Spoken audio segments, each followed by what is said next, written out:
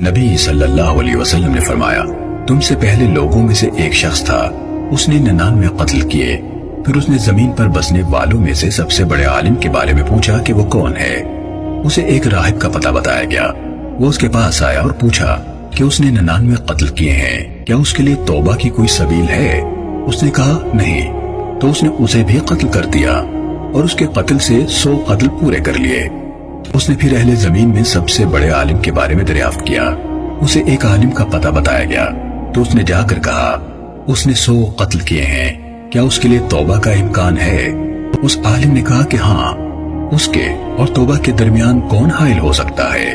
تم فلاں فلاں سرزمین پر چلے جاؤ، وہاں ایسے لوگ ہیں جو اللہ تعالیٰ کی عبادت کرتے ہیں، تم بھی ان کے ساتھ اللہ کی عبادت میں مشغول ہو جاؤ اور اپنی سرزمین پر واپس نہ آؤ، یہ بری باتوں سے بھری ہوئی سرزمین ہے۔ وہ چل پڑا، یہاں تک کہ جب آدھا راستہ طے کر لیا تو اسے موت نے آ لیا۔ اس کے بارے میں رحمت کے فرشتے اور عذاب کے فرشتے جھگڑنے لگے۔ رحمت کے فرشتوں نے کہا یہ شخص توبہ کرتا ہوا اپنے دل کو اللہ کی طرف متوجہ کر کے آیا تھا، اور عذاب کے فرشتوں نے کہا اس نے کبھی نیکی کا کوئی کام نہیں کیا۔ تو ایک فرشتہ آدمی کے روپ میں ان کے پاس آیا، انہوں نے اسے اپنے درمیان ثالث مقرر کر لیا۔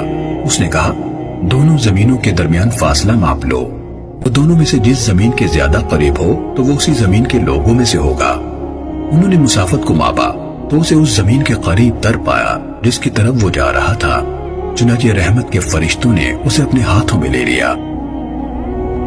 قتادہ نے کہا، حسن بصری نے کہا، اس حدیث میں ہمیں بتایا گیا کہ جب اسے موت نے آ لیا تھا تو اس نے اپنے سینے سے گھسیٹ کر خود کو گناہوں بھری زمین سے دور کر لیا تھا۔ صحیح مسلم حدیث نمبر 7008۔